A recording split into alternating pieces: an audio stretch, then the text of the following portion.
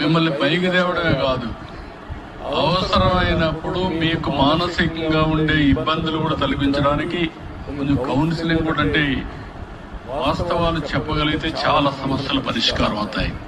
ఇప్పుడు చాలా మంది మీరు అనుకుంటా ఉంటారు, ఈరోజు దేవాలయాలు ఉన్నాయి, మసీదులు ఉన్నాయి, చర్చలు ఉన్నాయి. ఇవన్నీ కానీ లేకపోతే సమాజంలో పిచ్చి పట్టుంటుంది. గుర్తుపెట్టుకోండి, మీరు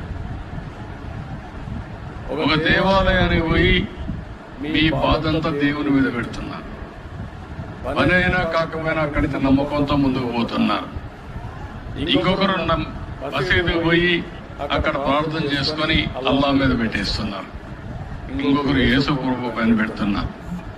దానివల్ల ఒక మాటలో చెప్పాలంటే మన ఆరోగ్యాన్ని కాపాడుకుంటున్నాం, స్ట్రెస్ బరస్ట్ అవుతుంది.